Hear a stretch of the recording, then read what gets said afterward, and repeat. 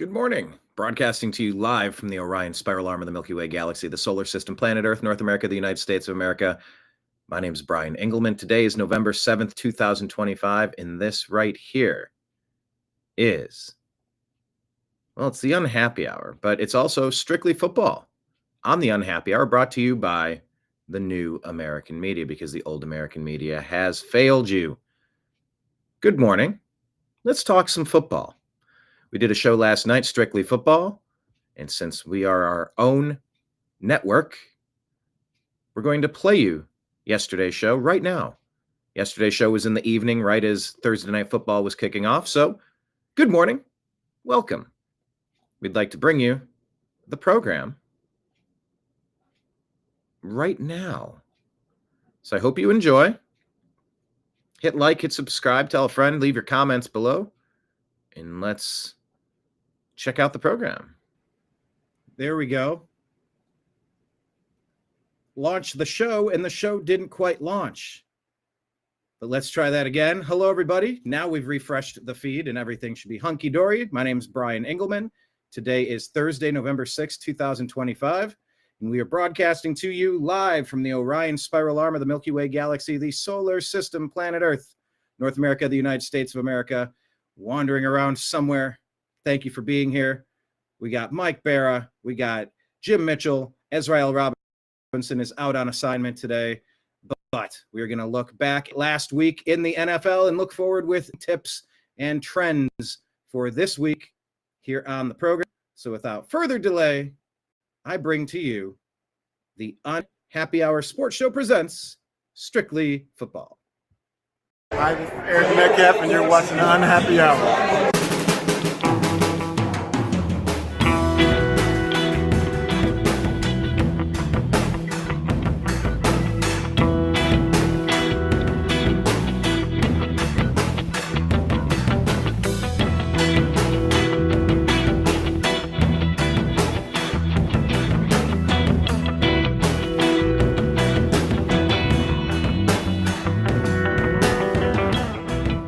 New American Media is proud to present a division of the Unhappy Hour Sports Show, Strictly Football.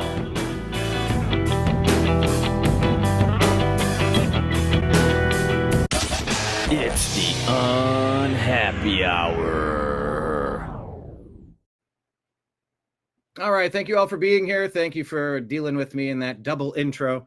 But I could only see what I could see, and my screen was locked up. Let's go to Mike Bara in Jigba, Seahawks fan extraordinaire. Mike, how are you, good sir? How are things? I am busy trying to get Jim's numbers thing up, so all right, don't bother me for a second. You do your thing. Let's get Jim up here. Don't bother me. Leave me be. Hello, Jim Mitchell in Jigba. How are you, good sir? Is Mike getting your good, numbers? Brian, good. Don't bother me. I'm busy trying to get Mike his numbers. Fantastic. He spent. None of you shall be bothered. I'll fly solo the whole show, okay? No, I'm done. I'm kidding. If that's what you want, that's what I'll do. It's handled. We do normally start with the Seahawks, but I'll get to the Seahawks in a second. I'll filibuster. Oh, there's a popular word these days. I'll filibuster for a moment, give you guys time to get caught up, and explain to you what's going on in Cleveland. It was our bye week, which of course means that the Browns lost 37-12. Not sure how that happened, but we took the L on that. The Browns are making some changes. They're going. That was a joke. We didn't actually lose, although it feels like we could have. Kevin Stefanski, for the second year in a row, is giving up play calling duties as offensive coordinator. That's going to Tommy Rees, 2 years removed from college. He is going to now be the play caller, and they are going to stick with Dylan Gabriel. So the Browns get a chance to get a bye week, get healthy, get an extra week to prepare, get an extra week to work on the system, figure out why our defense is playing pretty solid most of the game. And then by the third, fourth quarter, the wheels come off because the offense can't stay on the field for more than 3 and out. So I'm not sure how that's going to play out the rest of the season, but it's a good chance for the Browns to hit reset because we play the New York Football Jets. Of course, it was the bye week for us, but it was trade week in the NFL. Maybe we could start there. Yeah. Were there any trades, Mike, that surprised you, interesting stuff, or maybe even comment on the Dallas player that succumbed from his situation yesterday, scores his first NFL touchdown, and now he's gone. It's been a weird week, I guess. Yeah, that was really sad and tragic. There was that block kick. It was a big play in that game, and the young guy, who I forget his name, then committed suicide today. He was being chased by the cops, and Nealand. Apparently he has some issues, mental issues, and killed himself. So it's really bizarre and tragic, but these things happen. And I see that Antonio Brown, Cleveland Browns Hall of Famer Antonio Brown, is has been arrested and going to be extradited from Dubai for attempted murder.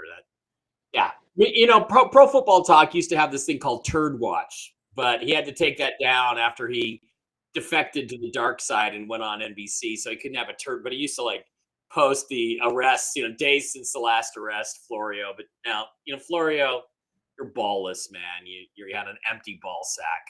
Get the Turd Watch back up. It's incredible. But strange, yeah, absolutely strange week. What is this? The Frisco police responded to assist Texas Department of Public Safety locating a vehicle that evaded troopers during a pursuit that entered the city approximately 10:39 p.m. yesterday. They found Nealand's vehicle crashed on the southbound Dallas Parkway near Warren Parkway. He fled the scene on foot. Officers searched the area, and then 3 hours later, he was found with what appears to be him taking himself out. And he had expressed these ideations, according to the report. Very shocking indeed. Talk about mental illness and things like that. Look, there's going to be drugs involved in this. I'll just tell you right now, it's drugs. And a lot of these guys come from really awful neighborhoods, and they get involved with this stuff, and it ends tragically. So it's a shame, but that's the way it goes. So it happens in the NFL more than it should. So Antonio Brown, Jim, was taken into custody by U.S. Marshals in Dubai. He's been arrested on attempted murder charge stemming from a shooting after a celebrity boxing event in Miami. Police confirmed on Thursday. He's going to be extradited, and this is another strange one. What do you make of this one and the other? Anything involving Antonio Brown doesn't surprise me.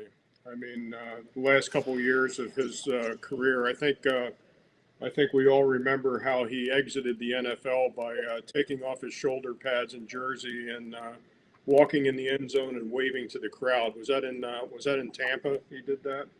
Yeah, I believe so. Yeah. Yeah. So no, it's status quo for Antonio Brown. Yeah. And what Mike said about Nealand,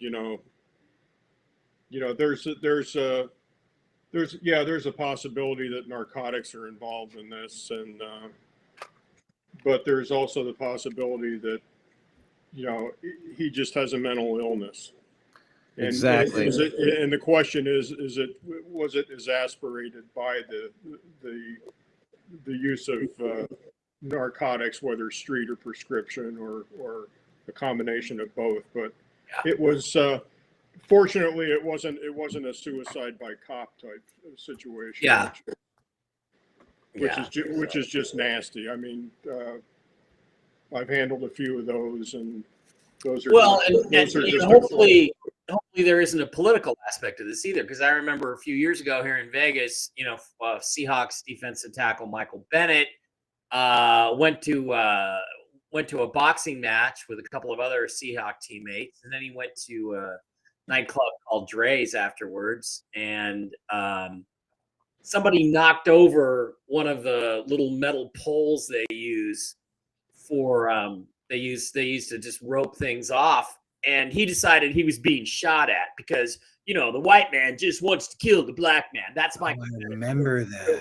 And he goes running through the casino. Well, and they're thinking that they're the cops that have reports of gunshots. It's actually just a little stanchion falling over, and the guy runs away like a fucking terrorist. He hides behind a slot machine and he runs away like a terrorist, all because he's had all this left-wing bullshit programmed into his brain and gets arrested by the Vegas police and then calls them racist. And the Seahawks never apologized. I'll tell you what, if I ever got rich and bought the Seahawks, the first thing we do is apologize to the Las Vegas police for the behavior of Michael Bennett that night. That's the first thing out of my mouth. So it just, because it pollutes these guys' brains, all this left-wing propaganda. And I hope that there is nothing involving that with this guy. Like, what did he think he ran a red light or a stop sign or something, and he thought the white cops were going to kill him, so he freaks out and runs and hides, and then decide, who knows? Who knows? But it's like there's a poison in our culture, and it involving Black America, and it unfortunately there's a lot of it in the NFL. And I'm sorry, but there's certain personalities in this league that I think foment that and ferment it, and it's just. I didn't mean to get off on a social commentary here. No. It's all right, because for the past 5 years they've been painting in the end zone different stuff to say. It's like, we're trying to escape the craziness of the world. We just want to spend a couple hours, root for the team we grew up, hanging out with our friends and family, watching these teams.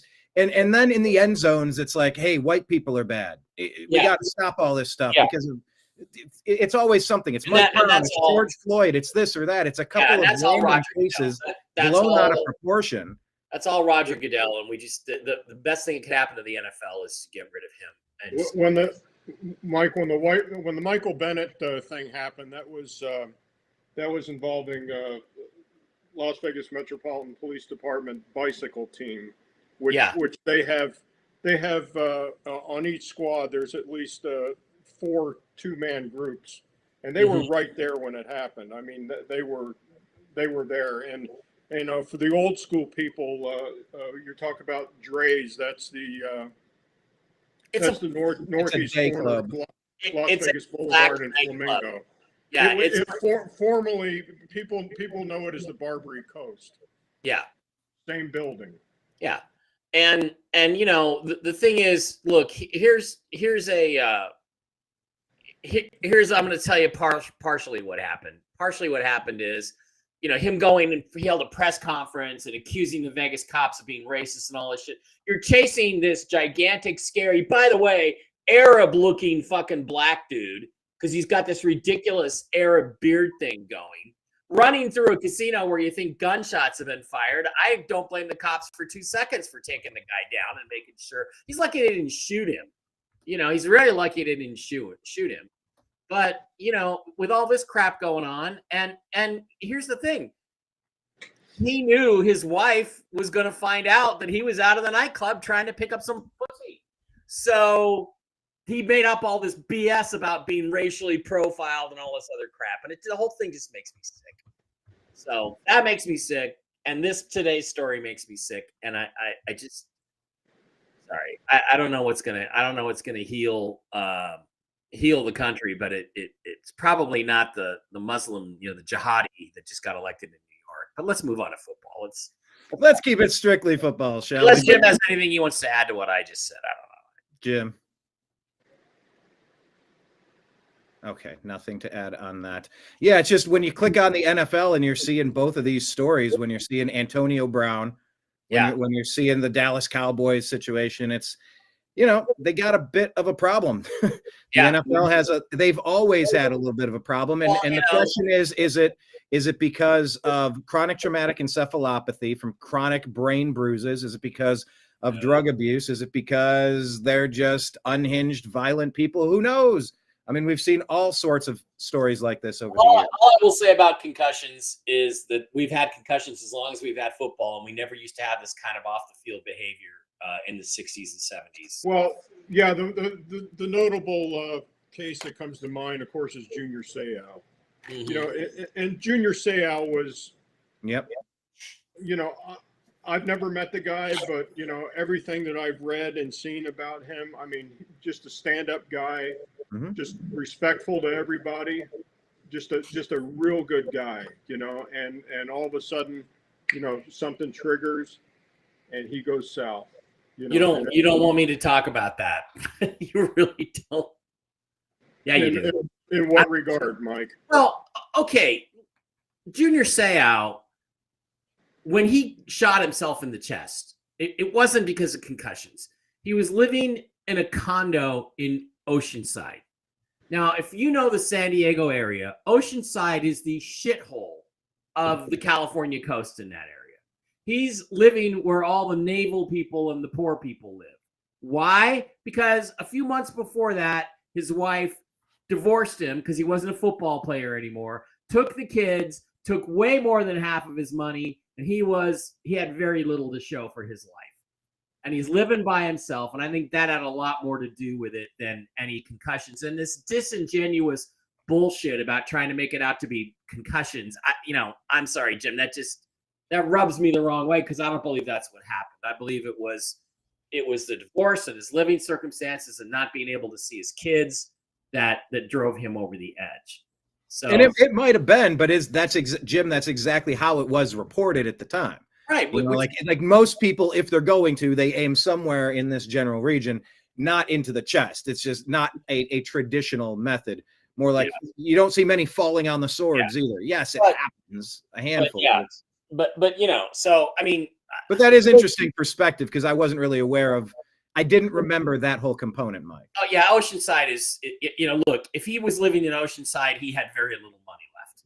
So she took his money, she took his kids, she ruined his life, and and maybe CTE had some small aspect of contributing to that, but that's not a case. And Antonio Brown's needed mental help for a decade, 10 years, and they didn't do anything. Roger Goodell, who's all concerned about CTE, he didn't do anything. He should have suspended Brown and said, you have to go see a psychiatrist or a psychologist. You have to be in therapy before we're going to let you play again. I mean, the guy had 10 kids or something? Yeah. Has 10 kids? Yeah, something like that. I remember there was a Simpsons episode where they were interviewing Drederick Tatum, and that's the Mike Tyson kind of character. And it was for Ion Springfield. And apparently he grew up there. He's like, yeah, if you ever catch me back in Springfield, I fucked up real bad. Yeah, exactly. Same kind of. So yeah, if you end up in Oceanside in a condo, I guess maybe it wasn't going so well. Well, let's talk about the Seahawks. Things are going well for the Seahawks. Man, you guys improved to 6-2. You hung 38 points on the board. Sure, it was to the Commanders, but they're an NFL team. They have jerseys and everything. Mike, what did you make of this one? Well, yeah, it was a great performance by my boys and Jim's boys. I had Regina Mitchell's wonderful pizza. Enjoyed the game thoroughly. It was dominance from front to back. And here's the thing. Yeah, the Redskins are down. They're weak. They're a little bit injured. Jaden Daniels was coming back. Clearly, he was not 100%. Clearly, he's not the physical quarterback he was last year. And then he gets that terrible dislocation. He's going to be out another 4 or 5 weeks. He probably can come back and play later. But this season's turning out to be kind of a write-off for the Commanders, the Redskins. Yeah. And but here's the thing. Here's what I always like to say. I remember when the Cowboys beat the Cardinals or something like 56-14 in 1995. Emmitt Smith, they come off their first Super Bowl win, and everybody's like, oh yeah, they beat the Cardinals, and I'm like, you know what? But that's what championship teams do. Mm-hmm. They destroy bad football teams, and that's what the Seahawks did to the Redskins. So that's what's impressive about it. Sam Darnold at one point was 16 for 16, literally perfect, and well over a couple hundred yards by then. He ended up with 330 yards. Ken Walker didn't run for a lot of yards, but they ran the ball well when they needed to. Jackson Smith-Njigba was terrific again. Top 5 receiver in the NFL. You can make an argument he's number 1. He's number 1 in yards, for one thing. Hey, where did he play college ball? He played at the Indiana State University, I believe. Indiana State. Where did he play? Something like that. One of those flyover states. And then the Seahawks made a move on trade day and got Rashid Shaheed, very fast, deep threat kind of guy that they needed on the outside. At the trade deadline, I hear they were going after Max Crosby. They couldn't quite get that deal done. The Raiders weren't quite ready to give up on the next 5 years yet, but they did a great job with that. And Shaheed is the one weakness. And Jim, we talked about this the other night, Sunday night, was that the thing that scared me the most about the Seahawks was that that Jackson Smith-Njigba is a single point failure in their offense. If he were to get injured, they would have a very difficult time putting points on the board, especially in the passing game. So now they've covered that a little bit. They got a guy, he's an 8-game, 9-game rental, but they can sign him in the off season. They got the cap room. So I think everything's looking really rosy for them for this week. So great performance, great game. And by the way, yeah, despite the fact that they're too many eggs in one basket, perhaps 9 targets, 129 yards on 8 receptions for JSN, but no touchdowns. Coincidentally, he didn't actually score. It was Cody White once, Torrey Horton twice, and Elijah Arroyo has made an entrance. Is that his first touchdown? This Torrey Horton, if he doesn't re-injure his knee, they got him in the 5th round because he had a knee injury. A lot of people said he's a first-round pick if he doesn't have the knee injury. If he doesn't get hurt again, you're going to hear a lot about this guy because he can really play. He's got 5 touchdowns on the year, 13 receptions, 161. 5 touchdowns on 13 receptions. Is that correct? Yeah, it's correct. Oh, my God. That is highly efficient, Jim. What did you make of this battle on Sunday? Yeah, well, this was probably Mike and I's best pick of the week as far as the Seahawks covering the spread and actually winning the game outright.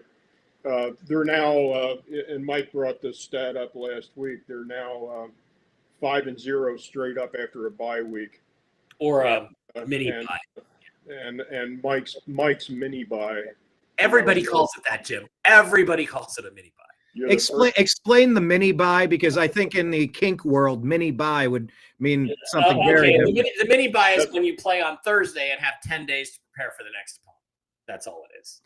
I just wanted to put the image of whatever mini buy could be in the kink world. I wanted everybody in like the radio days to just try to go, what would that even be? Who in this broadcast knows about the kink world? This guy down here, that guy right there. If I were betting, that guy. All right, so you felt confident about this one, and they didn't let you down, Jim. Did you have any other thoughts on this matchup? No, other than the fact that the Seahawks have been pretty strong on the road. The end of last season and this entire season, they're now 8-3-1 against the spread on the road. So they're a pretty healthy bet, if you need a team that's going to cover the point spread and win the game outright right now. Yeah, they were 4-0 on the road so far this year. Improved to 6-2 on the season. Sam Darnold, he signed for some coin in the offseason, and you went, I don't know. I mean, was that the right move? He's playing pretty doggone well. Baker and Darnold in that same draft class. Yep. Also out of that draft class is the guy that came back this week for the Baltimore Ravens, Lamar Jackson. They took on the Dolphins and beat them 28-6. Did you have any thoughts on this, Mike? Not really. Lamar comes back in 4 touchdowns. He looked good. That was last Thursday's game, right? Total dominance. They were just by far the better team. Not much to say about it. And, it was nice to see Lamar get 4 touchdown passes. I think it was 4. Yeah, 4 touchdowns. Yeah, 4. So he makes a huge difference for them. So good for them. That's all I got to say about it. Total dominance. Miami sucks, but they're not going to cut. They're obviously not going to get rid of McDaniel. If they were, they would have probably done this. We've been saying the same about Kevin Stefanski for a while as well. It's just they're kind of locked in, at least through the season, it seems. Jim, any thoughts on the Ravens Dolphins? Yeah, the glaring thing from a betting perspective was Tua was 3-13 straight up as a dog. He's now 2-10 straight up. The Dolphins were 2-4 against the spread at home, and they were 11-23 against the spread as a dog. Mike McDaniel, just miserable. He's now 0-5 straight up on Thursday evening. So, yeah, it was Ravens all over, and they Ravens go as Lamar goes. Derrick Henry is he's one of the best running backs of all time. He's put together enough years now. You can put him among the top 20 somewhere. He's pretty doggone good, but without Lamar, That engine, that vehicle is not going very far without that engine. We all know Lamar's a top 5 quarterback. He needs to stay in the NFL. He's not going to go into broadcasting when he retires. Yeah. So he needs to stay with the Ravens. Yeah, that gravy train's going to run out. Luckily, he's being very well compensated. All right, let's talk about a surprisingly good game here. This was Bears and Bengals, a double B score, both in the 40s. I hope you picked the over on this one. The Cincinnati Joe Flacco's fell 5 points short. Mike, this was a back and forth game. So many places to take this. What did you make of this? Caleb Williams, 3 touchdowns. Wild game. My instinct was to take the Bears and to give the 2.5 points. Turned out my instinct would have been correct, but I was afraid to bet the game because I didn't know what Flacco was going to do. Wild, crazy game. And, you can complain about Caleb Williams all you want, but he did a lot of stuff in that game, made a lot of big plays, and got him the winning touchdown when they needed it. So, and again, some bad clock management by the Bengals. But wild game, loads of fun to watch. Spent a lot of time watching it on Red Zone the other day. And just really exciting game. And, don't look now, but the Bears are 5-3. That's exactly what I was going to ask is, 5-3 Bears, are they fighting for a wild card here? Are they a legitimate? Yep, they are. They could overtake the 49ers for one of those wild card spots if you don't watch it. Playoffs? Thank you. How about playoffs?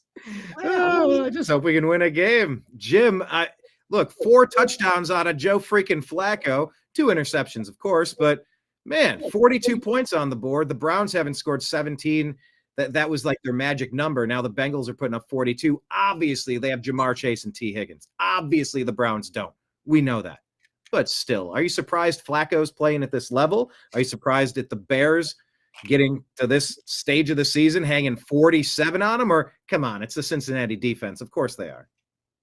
Yeah, it's kind of sad for Flacco because he's the last 3 weeks he's put up some really big numbers, and he's only won one of those 3 games. Jim, 470 yards passing and 470.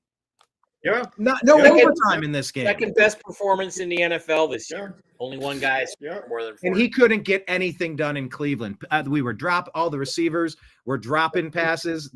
They were afraid to throw the ball deep for some reason. That's how Flacco led us to the playoffs 2 years ago. It's just it's refreshing to watch. I root for him. I root for players that wear the brown and orange. If they leave our team and they didn't completely burn the building down like Johnny Manziel, I'm going to root for you. Once a Brown, always a Brown. Some people say, well, if you don't wear brown and orange, it doesn't matter. If you were a Buckeye, I'm always going to root for you. If you were on the Browns and you didn't burn it down, I'm going to root for you. So go Flacco. Yeah, you mentioned the total on this game. It opened at 50.5, and it pretty much stayed there. So doubled it. 50.5 was, that was probably garbage time in the first half of the football. Yeah, no kidding. Yeah. So, Mike and I stayed away from this game because the Bears were 16-34 straight up, and they were 6-24 straight up on the road. So they're not a real good road team straight up. And plus, the Bengals were, they were a 2.5 point dog in this game. They were a home dog. So this was a stay away. This was kind of a quasi corner game. So it wasn't a corner game for me, but it scared me to bet on it. That's for sure. Any thoughts on the Colston Loveland play to win the game? I mean, Cincinnati had this done. And they throw, I don't know how long of a route that was. Was that a 10-yarder, a 20-yarder? No, it was 30 or 40 yards. People trying to tackle him, and he breaks through all of them. Well, they basically you got to tackle in this league, right? And you got to good angles, and good safeties are hard to find. And, that's why, you look at a team like the 2013 Seahawks that had Cam Chancellor and Earl Thomas. They didn't just try to knock guys over. They tackled them. They tried to knock this tight end over, Loveland, who's twice as big as they are, and they bounced off of him like a rubber ball off a battleship, and he just runs for a touchdown. Amazing game. Great game. Yeah, I like when games are competitive. I like when there's a lot of scoring. I just want to see some I want to see some interesting plays. Just keep me interested. I love games when I don't have money on it and it's just it's competitive. It's a little back and forth like a boxing match. A couple punches landed by both sides. I loved it. Talk about another one with some punches on both sides. JJ McCarthy comes back and takes down the Lions. The Vikings are 4-4. They're not too far removed from Sam Darnold's year. I mean, they were the best record in the league right there at the top for all of the season. Yeah. And despite all of their problems and injuries, they're sitting at 4-4. And they just beat the Detroit Lions in Detroit, Mike. This was a legitimate statement game, I think. I don't agree with that. I think this is a fluky game. I think the Vikings and the Cardinals both had their fluky games of the year this last week.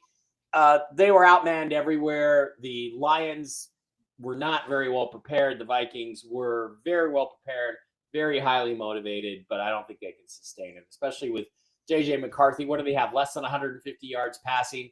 It's like, oh, look at that big play by JJ McCarthy. And you look back and he's only got like 4 or 5 plays and they all ended up seems like touchdowns. So it was just one of those games where the Lions didn't really show up and the Vikings did. It ruined my parlay. But I'm yet to really be impressed by the Vikings. Jim, did the Lions lose it or did the Vikings win it?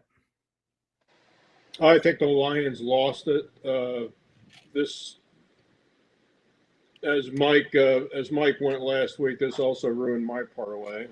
The Lions were going into this game. They were 42-13 straight up. They were 17 against the spread, and they were 29-10 against the spread at home. And they were 4-1 straight up at home against the Vikings.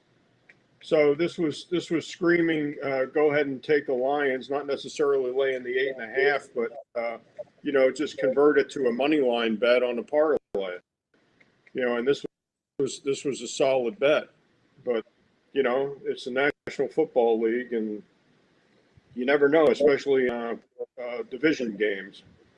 But I think probably the Vikings are probably playing over their head. Bless you, Bara. Thank you. So,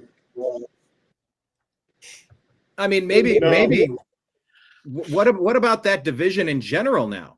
With the Bears being competitive, the Vikings bouncing back, the Lions and Green Bay Packers.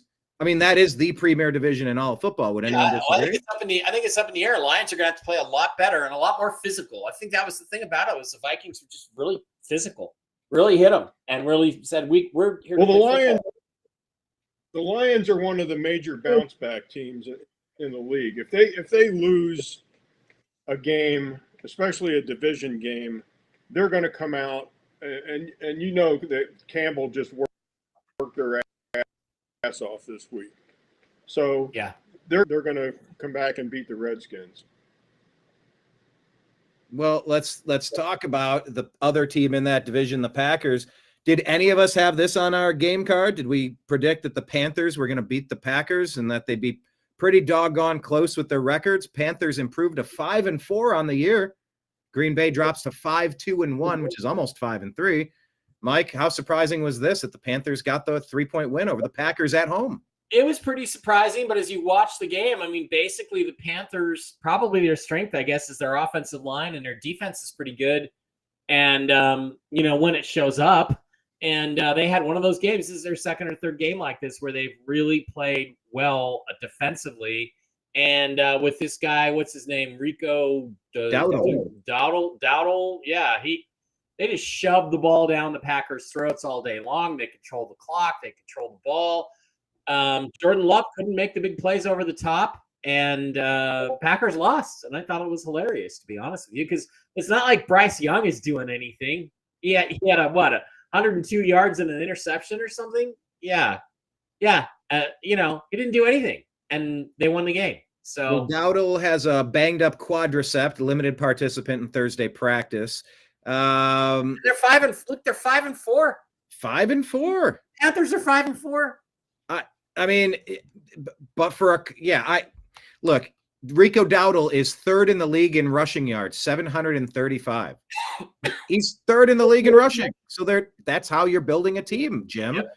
They're able to maintain possession. They're able to keep the sticks going. They're getting enough to get it done, and it kind of starts and stops with the running game. What did you make of this? Yeah, the Packers, or I'm sorry, the Panthers are one game behind the Buccaneers. I mean, they're in second place in the South. Oh, so, that's surprising.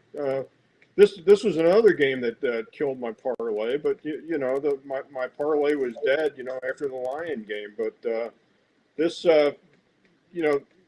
this game just screamed Green Bay, and what's happened to Green Bay? It wasn't so much I was betting Green Bay because of the good things that Green Bay does, but it was a bet against the Panthers for the most part.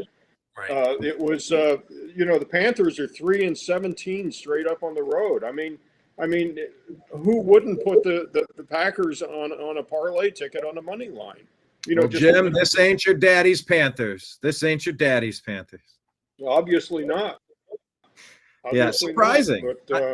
But I always love when these teams that you expect zero out of, they're competitive, they're feisty, they're in the wild card hunt. It's great for the sport. I don't like things being predetermined before the year starts, and I love seeing it. Oh, and every year there's 2 or 3 new teams in the playoffs. Playoffs? Yeah. Exactly. Well, that one happened, and that makes their division even tighter as the Packers lose. Jim, were you saying? Jake Delhomme isn't walking through that door, though. Hey, now. And Derek Anderson. We got some players that played for the Browns and the Panthers. We go back with that. All right, let's talk about the Los Angeles Football Chargers. They win 27-20 in a pretty close game here over the Tennessee Titans, who dropped to 1-8 on the year.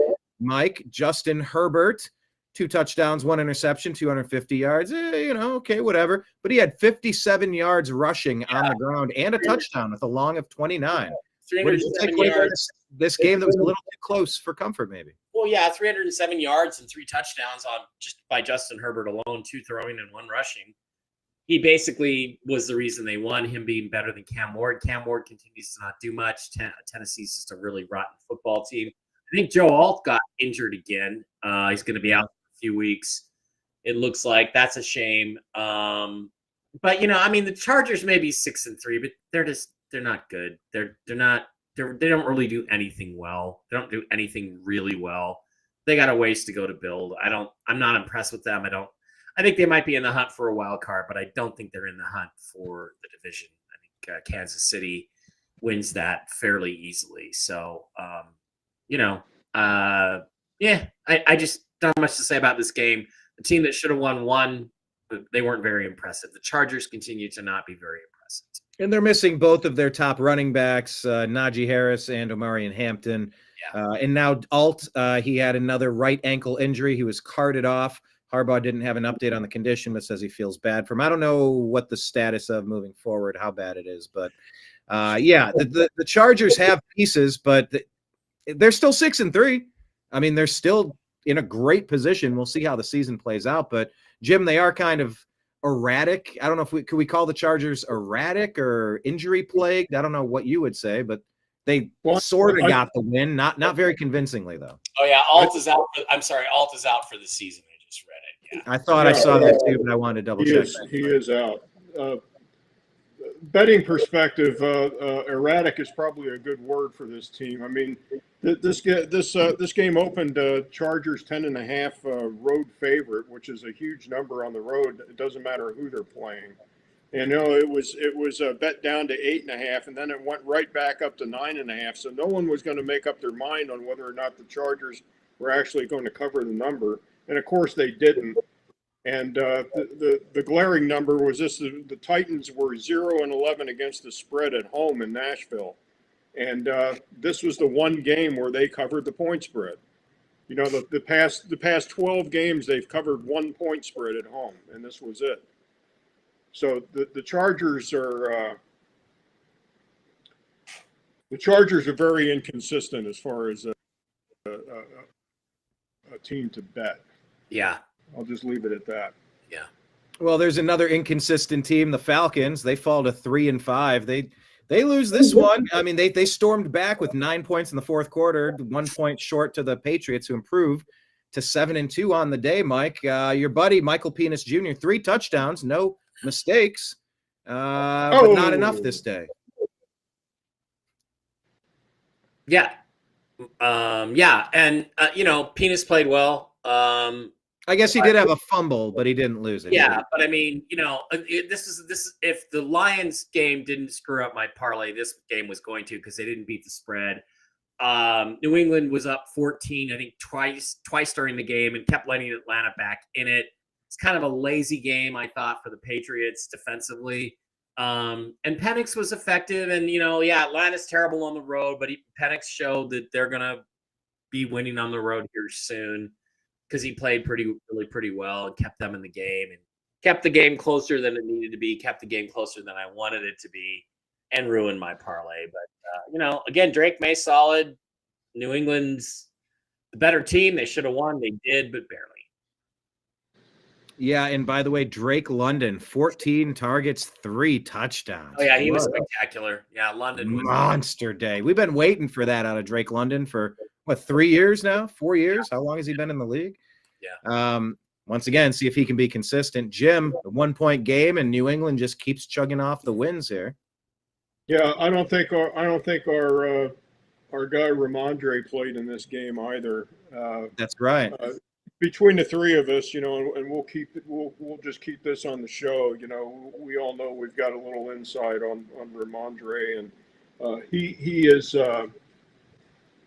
still suffering from a pretty bad toe injury. I'll just leave it at that. Yeah, so that will open it up for Travion Henderson, who only got 14 carries.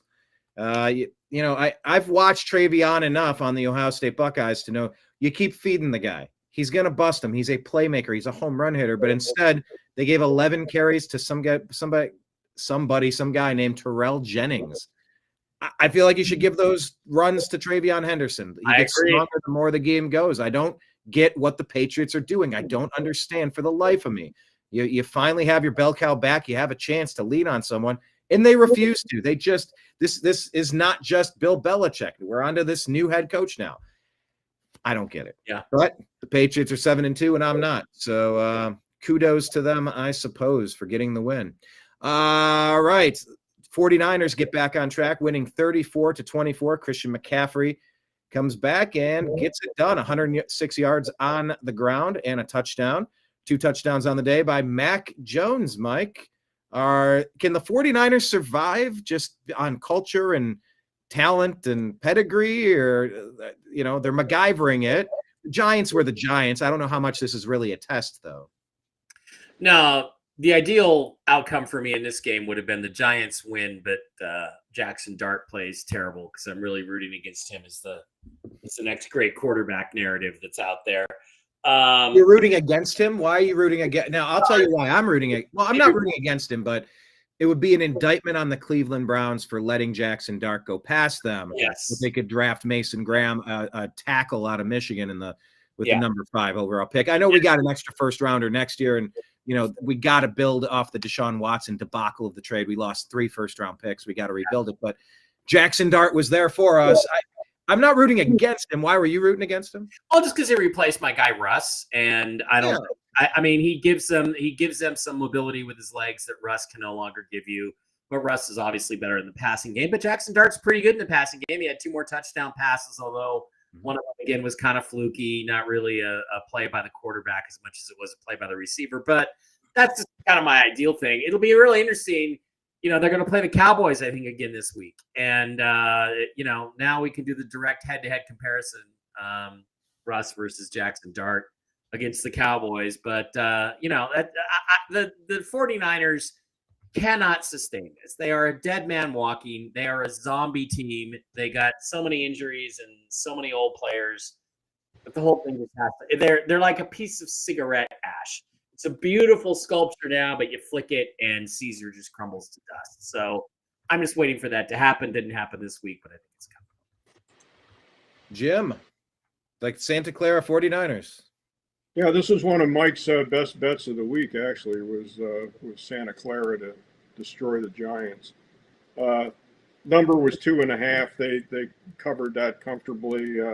the Giants are just miserable. Installed as a dog, they're 6-13 against the spread, and the 49ers are now 2-1 straight up against losing teams. They're now 6-3 straight up against losing football teams. So, yeah, this was one of Mike's best bets of the week. As long as Stone McCaffrey. Cold Stone Crab lock of the week. Stone Crab lock of the week. We got to come up with some good ideas for this. We're working on getting Jim a burner account. Well, not a burner per se, but we want to get Jim a presence on Twitter X so that we can put his trends out. And then we got to come up with like Stone Crab lock of the week or something silly. Yeah, Easter Island stone figure lock of the week. I don't know. You're not going to get me on X, Brian. I got my lawyer on speed dial if you try to do that. All right. Well, hey, speaking of a team that has their lawyer on speed dial with Ben Rapelessberger there for long enough, look, the Schittsburg Steelers took care of business. They beat the 7-1 Indianapolis Colts 27-20. Pittsburgh improves to 5-3 on the year. Aaron Rodgers throws 1 touchdown, 203 yards. Daniel Jones, 3 interceptions on the day. And if you watched this game like I did, man, something has changed. That Pittsburgh defense. Yeah. Were you giving me a cheers, by the way? What was it? Were we all cheersing? Is that what that was? Yeah, we're cheersing. Sorry, I was looking at another screen. The Pittsburgh defense, Mike, they are playing angry. Now, I don't like when they play dirty because they blew out the knee of Nick Chubb, and I've seen them play dirty too often. But when you talk aggressive, they were hurting the Colts. They were just hard hits, and it showed. I don't think Daniel Jones has faced this type of pressure all season. Would I be wrong in saying that? This was the team that couldn't stop the Jets, I think, in week 1 or week 2, and ruined my parlay because they couldn't stop the freaking Jets. And now they play this great against Indianapolis. And they really gave up a lot of yards, but Jones threw for a lot of yards, but he had the big mistakes. They suckered him into some interceptions. They obviously saw this is a time of year when smart coaches are starting to look at the film and figure out what teams are doing and how to trick the quarterback into doing something he shouldn't have been doing, right? And Mike, the flip side of that is it's a time where you're going to get an Aaron Rodgers outperform a younger Daniel Jones. He's an upstart, a couple years in the league, whatever, but Aaron Rodgers, he's a wily veteran, a decade and a half in the league. It's the coaches figure it out, and then the best quarterbacks figure out how to best manage their offense. This was old age and treachery, kind of overcoming youth and skill. Rodgers did not make the mistakes. Obviously, he had he just had 1 touchdown, no interceptions, no fumbles, no turnovers. And they stuffed the Colts running game. And that was the key to it, really. Jonathan Taylor only had 45 yards. As a team, they only had 55. That was the key. You take away that, you take away the play action, you put Daniel Jones under more pressure. This is the formula for how to beat the Colts. And play action. I've got Jim Mora up there if you want to use him. He's right there. I'm sorry, play action. What's that? Let's talk about play action. Playoffs. Play action. Playoffs? Are you kidding me? Playoffs? I just hope we can win a game. We'll talk about play action. You kidding me? Yeah, that wrecked me in my fantasy league because Jonathan Taylor has been our go-to. He's been carrying us in the league, and he gave us a It's not going to be every game. Steelers had a great game plan. They executed it very well. They were aggressive. They took the Colts out of their rhythm, and they came away with the win. Good for them. Jim. This was one of the games I stayed away from, and I stayed away from this game for one reason. The Colts were statistically supposed to win this game, but the Steelers, as we talked about last week, there were 2 teams that had lost the week before that were, and relatively solid football teams to good football teams will come back and play extra hard the next week. The Steelers won the game. They covered the point spread. The Steelers lost the week before. The other team that I forgot to mention was the one that we had just talked about, the 49ers. The 49ers had lost the week before.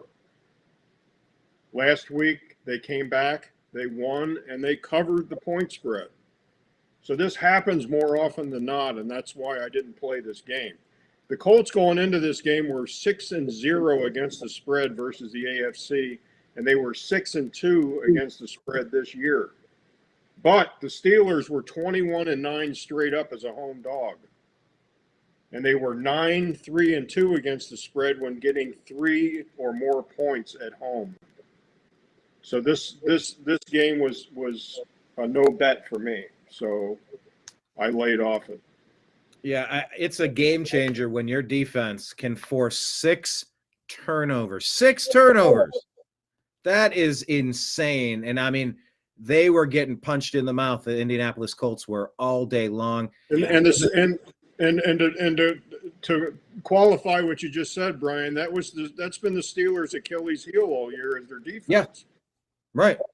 And they showed up and played like the Steelers. Yeah. Mm-hmm. Yeah, it's been said about the Ravens too. It's been their defense that's been, typically, traditionally, since they stole the Browns and came into the league, that they've had a great defense. Not so much this year at all. They took care of it this week, but of course that was against the Dolphins. So we'll see next week. This was another low-scoring game, 18-15. Broncos get the win. They improved to 7-2 on the year. Houston Texans drop this one, 15-18. CJ Stroud got knocked out of this game real quick. That was a dinger. He took a ding to the skull. He got that concussion protocol, and he missed the whole game, essentially. He only had 6 passes on 10 attempts, 6 completions on 10 attempts, Mike. But Bonus did enough to get it done. Denver improves to 7-2. Yeah, he's going to be out this week too, CJ Stroud. And that was a game, really, the Texans were winning rather comfortably with Stroud in the game. Once he went out, they were finished. The Broncos weren't very good, but they were good enough to squeak out the win on the road.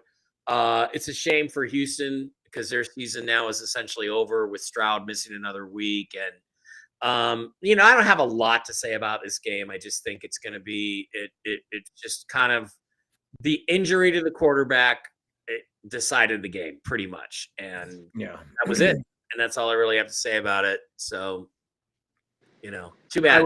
I would add from a fantasy perspective, RJ Harvey was a high draft pick. Out of UCF. He was a second-round pick out to Denver, scored another touchdown in the air, targeted 5 times, 5 completions for 51 yards and a touchdown on the day for Denver. Jim. Yeah, this was a stay-away game for me as well. The Broncos were 8-24 straight up on the road, and they're 2-7 against the spread as a dog of 4 or fewer points. But, conversely, Broncos are 8-1 straight up and 7-2 against the spread versus a team with a losing record. So which way are you going to go? Texans were 1-4 straight up and against the spread versus teams with a winning record.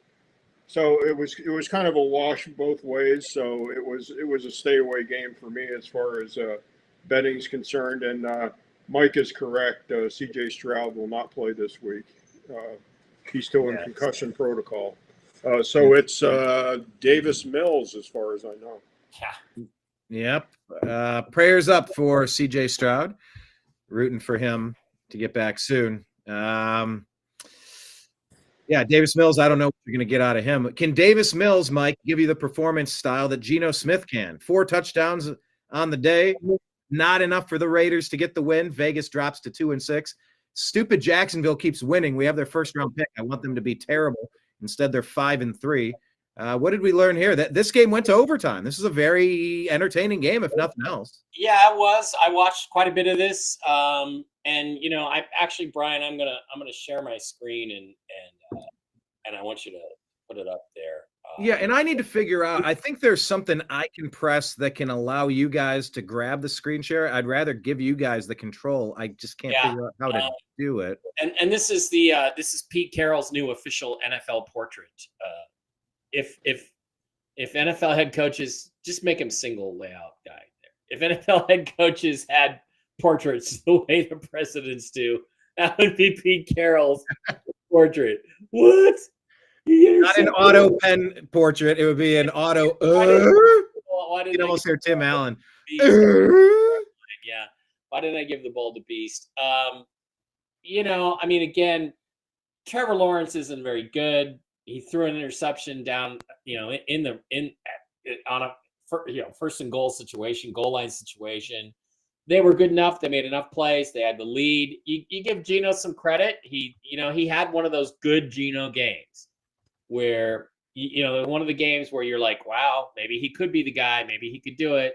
But he got him down there. They scored the touchdown where they had a chance to tie it with 1 or win it with 2. Pete did what he should have done, which is go for 2. But then it was a very smart defensive set by the Jaguars. They knew that that they weren't going to be running the ball because they hadn't run the ball all day. So they knew it was going to be a pass. So they had their 4-man rush. They pushed forward a yard or so, and then everybody just stood up and put their hands up, and Geno threw the ball right into one of the guys' hands. There was no space. When you're down that close to the goal line, there's not much space to operate. You can't lift it over the defense. So that was a really smart play. They just completely took away the middle of the field in terms of passing lanes, which is where the Raiders had scored their touchdown on the previous play. They took that away. Very smart individual tactical call by the Jaguars defensive coordinator, whoever he is. And, Geno threw it right into the guy's mitt, and that was the end of the game. So 2 bad teams, one of which, the Jaguars, sucks less than. I wish they were bad teams. They're 5-3. Mike, every loss or every win moves that first-round pick that we have further and further into obscurity. Like, we're supposed to be able to package and bundle, and they were supposed to be a top 5 team because that's where they were last year. And by the way, there's an injury now, right? Didn't our Heisman winner got injured on Jacksonville? I don't know. I'll check his situation. Oh, yeah. Travis. Let me look on that. Jim, what did you take away from this? This I don't know. If you took the over, that was 59 points on the over. I think they easily got that one, right? Yeah, let me check what the over-under was. Yeah, the over-under was only 44.5, so it wasn't a lot of points. But wasn't the field goal record was broken in this game? Was it? Oh, that was awesome. I believe it was a 68-yard field goal. Yes.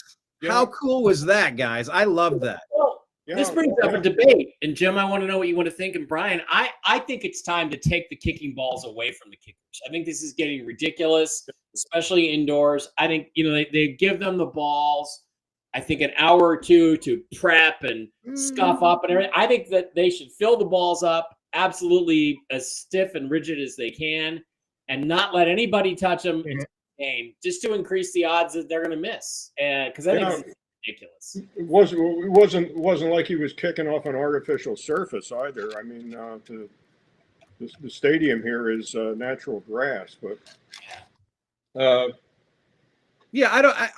think it's awesome. What did they say about the 3-minute mile? Am I thinking the number right? Is it 5-minute mile, 3-minute mile? 4-minute mile. 4 minute, yeah, whatever the original record was held by Tom Dempsey. Anybody over the age of 60 remembers Tom Dempsey. Mm-hmm. Mm-hmm. He had the club foot. He played for the New Orleans Saints. Oh, we had Lou the Toe Grows. Yeah, the story is like nobody could break that record, and then once it was done, then a ton of people started breaking. It was just like almost psychological. Can I kick a 68-yarder? Yeah, damn right you can. You can kick a 70-yarder. Yeah, was it Rich Carless in Denver that Rich Carless broke Dempsey's record, and it goes on and on. Justin Tucker had it for a little bit, and now Cam Little has it. I remember that call. We should look it up, the Tom Dempsey kick, because Tom Dempsey had no toes on his kicking foot, and he was a straight-ahead kicker. Yeah, that's straight-ahead kick, but it gave him sort of a wedge foot. And I remember he wore half a shoe, and the front of his shoe was actually, it was like a sledgehammer. Yeah. And it was funny because I remember the announcer, because I was watching it live, he goes, the Redskins now, or the Saints now, are going to try a field goal from their own 37. And it was just like, you can tell the announcer was like, this is the stupidest thing ever. And he freaking made it. That was a great kick. It was a great moment. Yeah, I like seeing stuff like this for the league. It's just fun to see people setting new records and knowing that you can continue innovating. I don't know if they're holding the ball. I don't mind about that. I'm just saying, I think it's time to to create some more uncertainty in the game. And when your guys are kicking 68-yard field goals, let's take the ball prep away from them. I'll tell you what, I've seen Myles Garrett jump the line and block them. I've seen a lot of shank it to the right and left. They banned that too. I mean, they're not automatic. No, I love that. It's awesome for the game.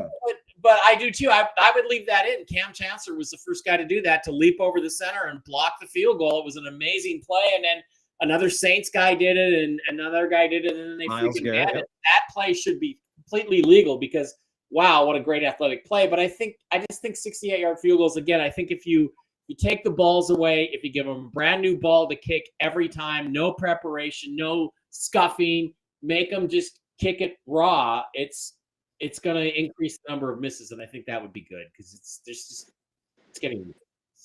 By the way, Ian Rappaport says Travis Hunter, the Jaguars rookie wide receiver cornerback, the number 2 overall pick that the Browns traded away from that position. He had a non-contact knee injury during practice on Thursday, October 30th, ahead of Week 9. So he was placed on injured reserve, and he'll miss at least 4 games. They don't see that anything is confirmed to be torn apart or structurally unsound, but that is the latest with the Jaguars. You're missing maybe one of your best players, if not your most talented. He's the Heisman winner. You picked him number 2. He's a big playmaker on both sides of the ball. That's going to hurt them. So we'll see how that impacts the team moving forward. All right, let's talk about the Los Angeles Rams. They win 34-10 over the New Orleans Aints, the AINTS, no S, the Aints. The paper bag over their head. LA improves to 6-2 on the year. Matt Stafford just stacking up credentials, Mike, for potential MVP candidate this year. 4 touchdowns, 281 yards in the air. What did you make of this one? Obviously, the Saints aren't very good, but the Rams took their business. This was an easy game. We talked about it last week, all of us, how this is such a sure bet game. It went exactly the way I thought it was. I don't forget what the spread was, 13 or 14 points, but I did put them on my parlay, but I thought later, what did you do that for? I should have, the 2 teams I bet, 2 of the teams that I bet and gave the points was the Seahawks and then the Rams, but I should have put the Seahawks and the Rams together. I would have made a lot more money. That was a foolish choice on my part because this is an obvious win. Tyler Shuck's first game as a professional. And I think Jim mentioned that Sean McVay eats up rookie quarterbacks in their first start. Or their first, season. So couldn't have been more obvious. Just, 2 teams that are not completely, they're polar opposites of the spectrum. And, Tyler Shuck, you can rip on my guy, Spencer Rattler all you want, but Shuck was no better. In fact, he probably wasn't as good. So we'll see how Shuck develops, but not expected to my mind at all. Yeah, when you're 1-8, you might have the opportunity to develop a little bit. Yeah. Where was Shuck taken? He was taken in what round? I believe he was a 3rd round pick by the Saints. 3rd round pick. Yeah. Okay. I would ask Jim his thoughts, but he disappeared off the screen, it seems. So we could move on to the next game. We expect Jim to. When Jim comes back, we'll ask him about Rams Saints. Meanwhile, we can talk about the Buffalo Bills. Mm-hmm. I like seeing this. I like seeing Kansas City drop to almost 500. They're 5-4 on the year. Buffalo improves to 6-2. Did they figure it out? Did they crack the code, Buffalo, on how to beat Kansas City? Does Josh Allen know how to beat Patrick? They always beat them in the regular season. It's the playoffs they can't seem to beat them. Playoffs. And so they always beat them in the regular season. They did again. It was a physical game. They made Mahomes uncomfortable. That's the key. And the refs did not intervene to help the Chiefs at all that I saw. So the Bills just were a little bit more muscular. Josh Allen scored 1 rushing touchdown, I think, or actually had 2 on a tush push. He didn't need a tush push. That guy's gigantic, and he just shoved it over the end line. And solid physical game. We'll see what happens when the 2 teams play in the playoffs. Yeah. If Kansas City can even make it, they're a few games back to some other teams that are playing a little bit better.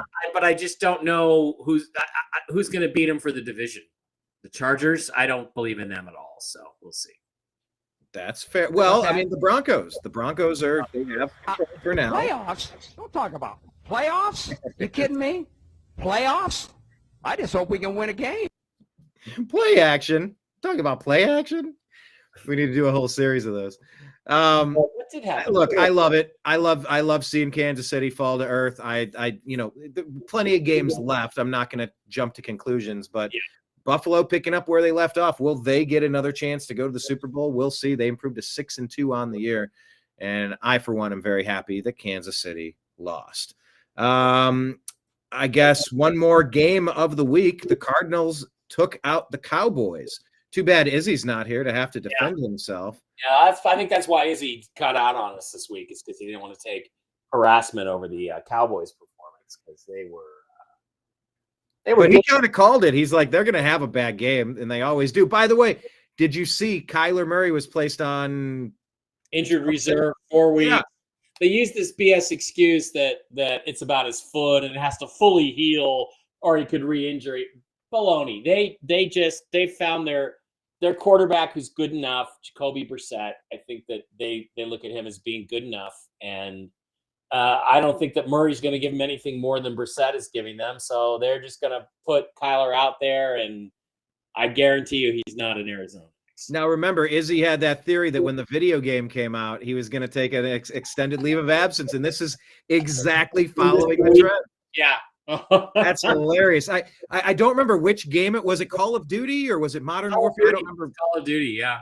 Did that come out yet, or is that on its? I don't remember exactly if it came out or if it's on the way out, or either way, if he's gone for a month and it overlaps, that's going to be hilarious because Izzy called it that was going to happen. Look, Jacoby Brissett filled in Cleveland. He plays okay. 2 touchdowns, no interceptions, 261 yards, 21 of 31. He does enough to get it done. Marvin Harrison kind of getting his season back on track with the touchdown. Trey McBride as well.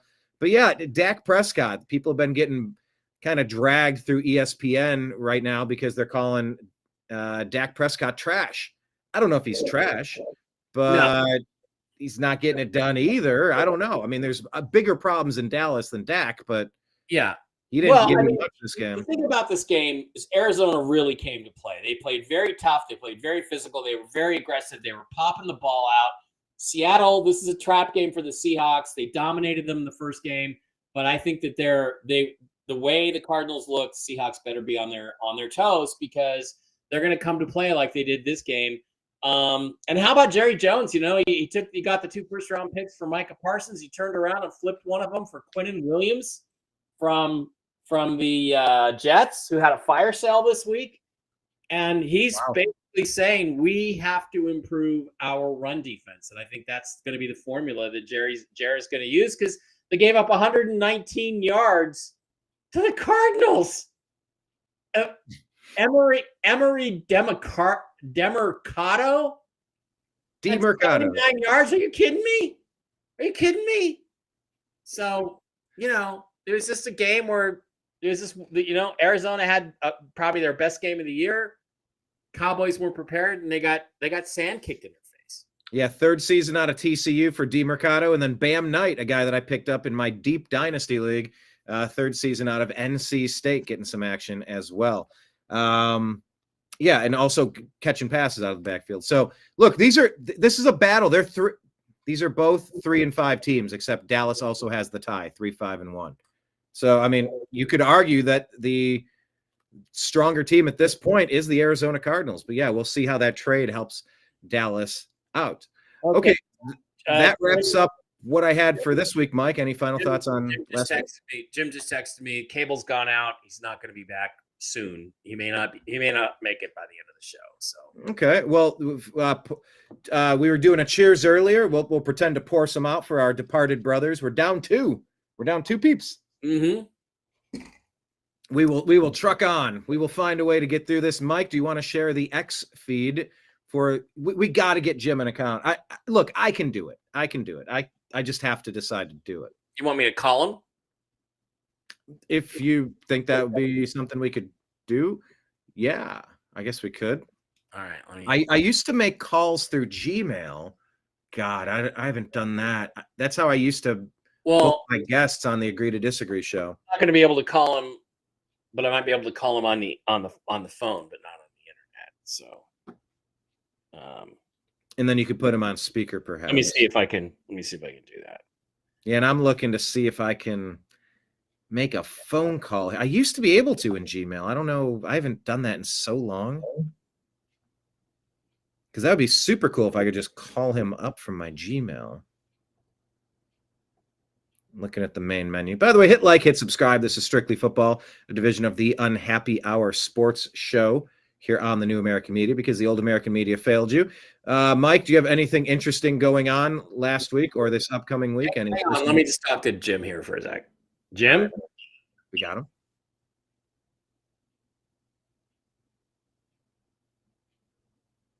I think it's on mute. Yes, it's on mute. All right, so let them talk that over and see if he is going to give his projections and betting trends for this week. But hit like, hit subscribe for the show. Share it to a couple of your friends. We're on season 2, episode 10, talking football, mostly strictly football. Occasionally we talk about other stuff. Additionally, in this program, we're going to do our NFL game picker. Last week was week 9. I was 8-6 last week. Not fantastic, but above water. I improved to 84-51 on the season. And then we're going to make our picks following the betting trends. Mike is back, perhaps. Is he on mute? I'm just waiting to see if I can get Jim on the phone to do his picks. If not, we'll just do his, Well, what we could do is we could make our NFL game picker while we wait to see Jim. We could do it a little out of order. Let's do that. Do you want to do yours first? Do you want me to do mine? Why don't you do yours while I'm waiting on Jim? Perfect. So Las Vegas, Denver, we got to get this pick in because in about 20 minutes, this game is going to start. I'm going to go ahead and take Denver over Vegas. The 7-2 Broncos, man, Bo Nix, good for them. Atlanta, Indianapolis. I think Indianapolis is going to bounce back at home super strong, taking them over the Falcons. Baltimore at Minnesota. This is a coin flip. It is in Minnesota. The Vikings did do okay. Look, they beat a tough Lions team regardless. I know Baltimore bounced back and they looked better, but I'm going to pick Minnesota Vikings here. Buffalo over Miami. I'm picking Buffalo. Cleveland over New York. This is my lock of the week. 2-6 Browns should absolutely destroy the New York Jets, which means they could lose. But I don't think there's any remote possibility of that, given that the Jets have had a fire sale, a lot of trades, clearing up the books. It's a lost season, and we get to play them. Jacksonville, Houston. I'm going to go Jacksonville because of the quarterback situation, unfortunately, but I hope I'm wrong. Oh, this is going to be a game of the week. New England at Tampa Bay. Man, am I looking forward to this. But I'm going to go with the second Tom Brady team instead of the first Tom Brady team. I'm going to pick the Buccaneers to get this win. The bye week is going to help the banged up Bucs for sure. New Orleans at Carolina. I'm going Panthers. Panthers are legit. Don't look now. New York at Chicago. Chicago's legit. I'm picking the Bears. Arizona at Seattle, like Mike said, that's a trap game. That's a tough one. You better watch out. Better not cry. You better not pout. I'm telling you why. The Cardinals are coming to town. I'm going to pick the Seattle Seahawks, however. They should take care of business. But watch out. The Jacoby Brissetts are feisty. Detroit at Washington. Detroit, that gruesome elbow injury. Prayers to Daniels over there. I hated seeing that. And, you got a lot of grief the coach did. Why was he in? Oh, that's my fault.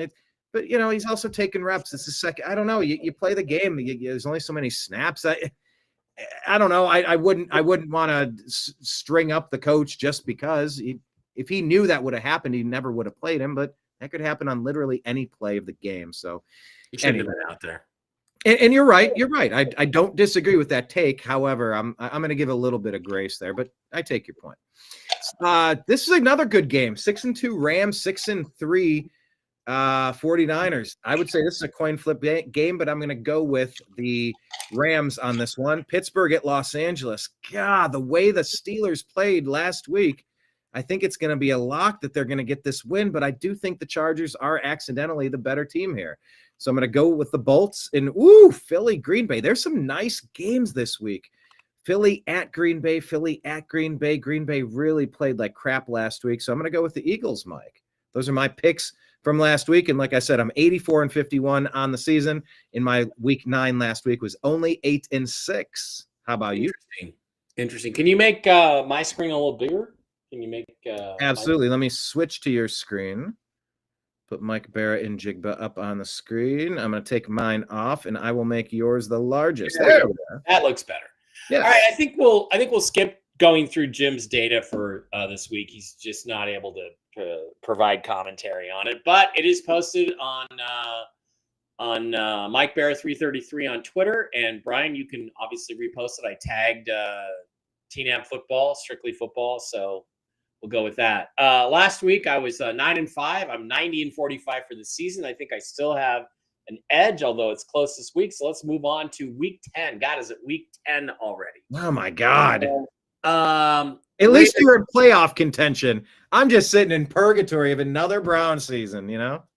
Yeah. Well, Raiders at Denver kicks off in just about 25 minutes. So we got to wrap the show up here. I'd like to say the Raiders are going to fight, but they're not going to fight. The Broncos are the better team. They're at home. There's the altitude, and the Raiders traded away one of their receivers who's well liked in the locker room. I think that's a sign to the team. And there was big, heavy talk. I mean, I heard Max Crosby almost became a Seahawk this last season. Maybe if they'd have had one more day, they could have worked out a deal. That's discouraging to players. I don't think they're going to play very hard or very tough. I think this game might even get Pete Carroll fired if it gets out of hand. So I'm going to take the Broncos tonight. I actually bet this game. I bet on the money line, or not the money line. I bet the spread. I gave the 8.5. I really think the Broncos are going to win. But I got to be honest, I don't like any other games really hardly at all this week. I do kind of like this one. I like the Colts bounce back game at home against the Falcons, who aren't very good on the road. I doubt the Falcons play as well as they played last week. Colts have revenge in mind. I think the Colts win this game. I might bet that one. Baltimore, Minnesota, don't want to touch it, but I think with Lamar back, the Ravens are kind of on a roll here. It was a good tune-up game last week against the Dolphins. I think they come in and knock the Vikings off.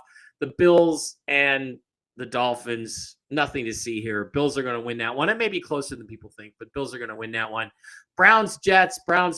Again, the Jets had the fire sale. The Browns have 2 wins compared to 1. They're the better team. Not by that much, but they're better. So I think the Browns are going to win this game in New York. Jacksonville at Houston.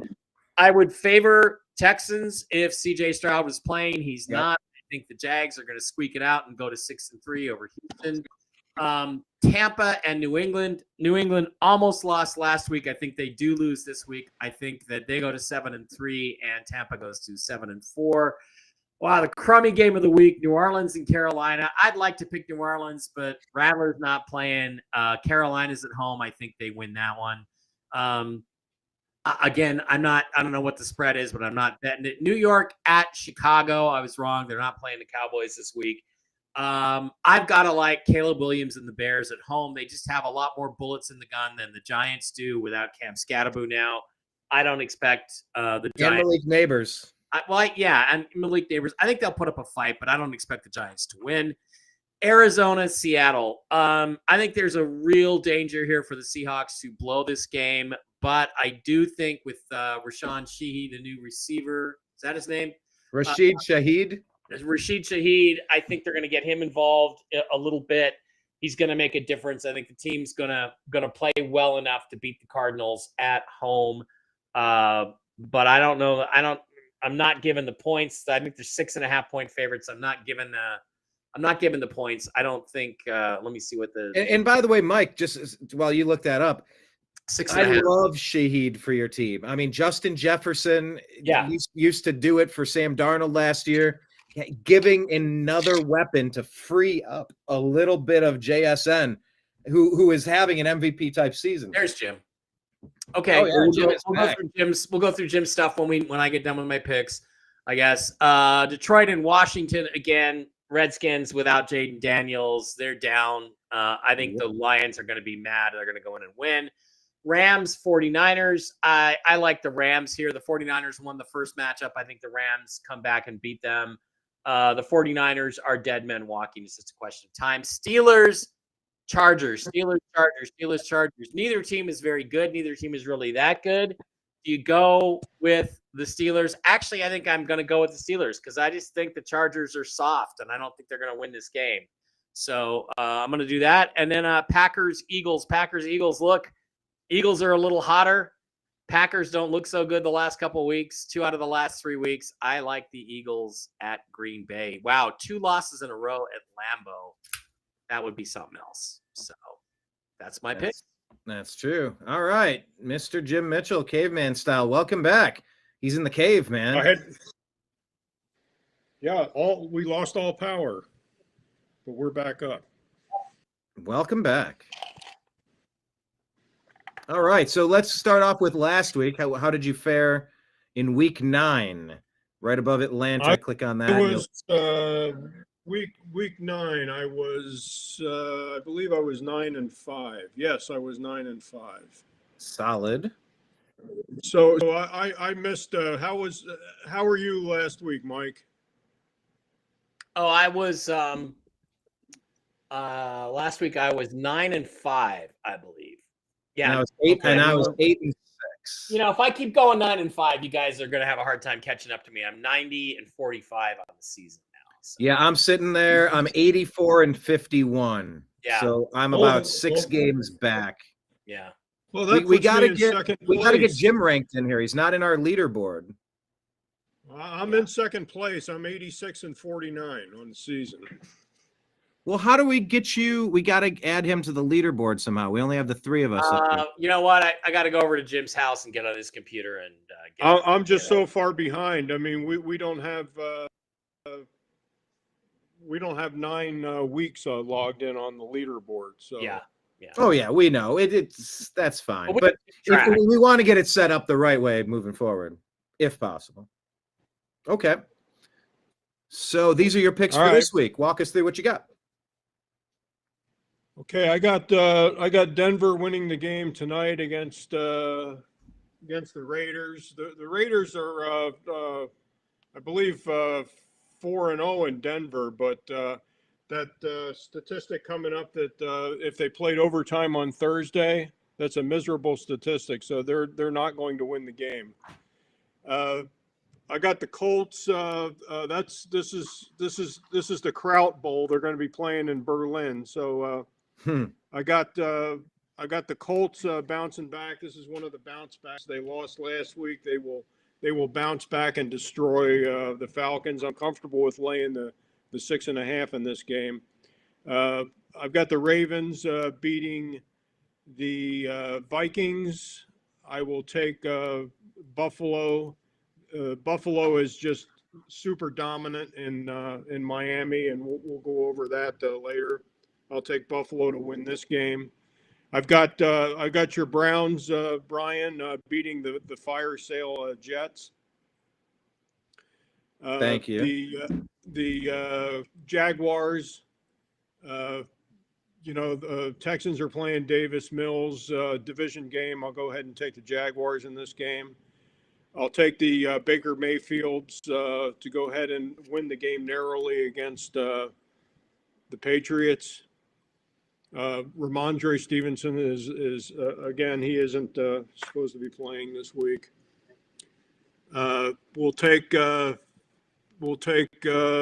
Panthers. They're on a roll. They will beat the Saints. Another division game. I will take the Bears at home to beat the Giants. This is probably going to be my stone cold pick of the week. The Seahawks will destroy the Cardinals. Call of Duty is not supposed to be playing this week. We will go ahead and go with Detroit to beat the Redskins. This is another team that will, losing a week before. Even though the Lions are 5-3, they're going to bounce back and destroy the Redskins. We will go with the 49ers to beat the Rams. I'm telling you, Shanahan's got McVay's number. I will go ahead and take the Steelers to beat San Diego. As Mike mentioned before, Joe Alt's out, so Justin Herbert is going to be running for his life. We will go with Green Bay at home. Supposed to be pretty cold Monday night in Green Bay, and I will take them to beat the Eagles. All right. Cool. And those are your personal picks. Now, we want to go through your betting trends. Yeah? We could pull that up on the screen. Mike, do you have that Got it. Yep. cued? Look at that. That's like Malone to Stockton. What a nice assist. Perfectly timed. There we go. All right, Mr. Jim. So, Jim, tell me that I bet the right game, because you weren't here when I said I went and I bet the Broncos tonight, and I gave the 8.5 for $50. So, looking at some of your stats, I'm not so sure that was a good idea. But yeah. Well, I love this game, but I ran out of time to bet it. I would have taken the Broncos on the money line on this game and parlayed them. The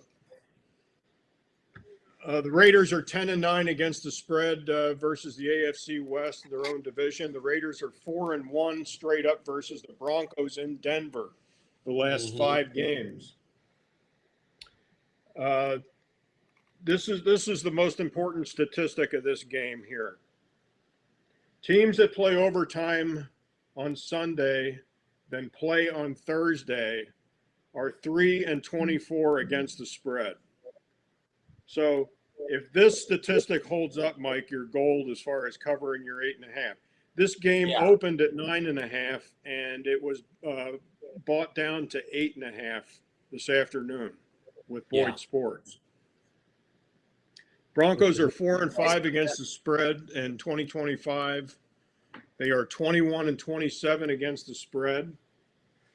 Broncos are 11-3 against the spread when installed as a favorite, but they are 9-0 straight up at home. Bo Nix is 8-2 against the spread as a home favorite.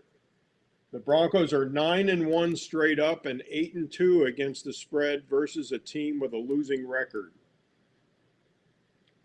Favorites of 4 or more are 46-17-1 straight up. Yeah. You know, Jim, there's one other thing here that factored into me betting this game on the and given the points is the fact that it's a short week. The Raiders played overtime, and they're at altitude. So I expect the Raiders to kind of cave in the fourth quarter tonight. I really do. Even if it's a game, I think they'll fall apart in the fourth quarter. I read a stat this afternoon also, which is interesting. The Broncos have been scoring in the fourth quarter 46% of their points in every game. Well, that one game, how many did they have? 24 in the fourth? That was 33 points to beat the Giants in the fourth. 33 it was. Yeah, in New York. Right. Yeah. So if they're not covering the spread in the third quarter, you know, it's not time to fall on the sword. You know, just wait it out. They'll figure it out. Yeah. The next game, this is the Kraut Bowl. It's going to be in Berlin. The Falcons at the Colts. The Colts opened as a 6.5-point favorite. They are still 6.5. The weather in Berlin at this time is supposed to be 46 degrees and cloudy. So it's going to be you said 46? 46 degrees in Berlin on Sunday. All right. Falcons are 8-21 straight up on the road. They are 7-15 against the spread as a dog. The Colts are 6-3 against the spread. And favorites of 4 or more points are 46-17-1 straight up. This is one of my favorite picks of the week. I feel comfortably betting the Colts. The Colts are on my bounce back list for this week. My bounce list include the Colts, the Packers, and the Lions. These three teams lost last week. They're all three solid football teams, and solid football teams tend to not only bounce back and win the game, but also cover a point spread. So I would be confident laying the 6.5. I don't usually like betting a number over 3, but the Falcons. Next game, another division game, Saints at Panthers. The Panthers are a 5.5-point favorite. Boyd Sports had them open Monday at 5.5. They're still 5.5. This line has not moved. Game time, 74 degrees and partly cloudy. Saints are 1-7 against the spread as a dog. They are 2-3 straight up versus the Panthers in Charlotte. And again, favorites of 4 or more points are 46-17-1 straight up. I thought about playing this game. I am not going to play this game, nor will I put the Panthers on a money line. I think I like the Panthers on the money line. Okay, I hear you. Yeah, if you have to bet it, go ahead and bet the money line. But 5.5 is a lot of points for this type of division game, the NFC South. Giants at the Bears. Game time is 43 degrees, and it's supposed to snow on Sunday in Chicago. I love snow games. Right. The Bears opened at 3.5. It's been bet up to 4.5. So there's Chicago money coming in on this game. Mm-hmm. The Giants are 21-16 against the spread as a road dog. They are 6-14 against the spread as a dog. This is a Santa Clara stat as far as a team that played Santa Clara the week before. They are 19-35 straight up the week after. The Bears are 17-34 straight up. So not a real attractive game to bet. If this game will go as Caleb Williams goes. So next game, Jaguars at Texans, another division game. The Texans opened at 1.5. It is still 1.5. Check that. This point spread has moved. The Jaguars are now favored by 1.5. They flipped by 3? So this point spread moved by 3. Yeah. Well, I think once they knew C.J. Stroud was out, that's when it flipped, right? Well, we knew C.J. Stroud was out in the middle of the last game that he played when he dislocated that elbow. He was not going to play. So this game opened at 1.5 Texans. It's now 1.5 Jaguars. The Texans are 8-5 straight up at home. The Texans are 1-5 straight up and against the spread versus teams with winning records. The Texans are 8-3 straight up versus the Jaguars, and they are 2-2 straight up at home versus the Jaguars. This is going to be a stay away game for me just based on that injury. This is one of these games where you don't need that game. There are enough other games to bet. Next game, I like a lot on the money line. The Bills are a 9.5-point favorite in this game. This game opened at 9.5. It's still 9.5. 84 degrees and thunderstorms in Miami on Sunday. Wow. Bills are 16-12 against the spread. They are 14-2 straight up against the Dolphins. They are 3-1 straight up versus the Dolphins in Miami. The Bills are 5-4-1 against the spread versus the Dolphins. Favorites of 4 or more points are 46-17-1 straight up. Double-digit favorites are 14-11 against the spread, but they are 24-3 straight up. Tua is 3-14 straight up as a dog. He is 2-10 straight up. Dolphins are 2-5 against the spread at home, and they are 1-17 straight up versus teams with winning records. So this game screams Bills money line. Yep. I was just gonna say that. You like to put it. Okay, flip it over to Ravens Vikings. Ravens Vikings. Ravens are a 4.5 point road favorite. This opened at 4.5. It is still 4.5. The over/under has gone up in this game. It opened at 47.5. It was bet up to 48.5. So this is look at this as going to be a relatively high-scoring game. Ravens are 3-5 against the spread in 2025. That number is kind of skewed. We didn't have Lamar for a lot of those games. Yeah. Jackson is 26-11 straight up, and he is 24-3 straight up versus the NFC. That's a big number. Yeah. Favorites of 4 points or more are 46-17-1 straight up. The Vikings are 4-2 against the spread as a dog. Teams that played the Lions prior are 8-13 straight up, and they are only 6-15 against the spread the week after. So I don't know, Jim. I kind of like the way that lines up. I kind of like Ravens on the money line on that one.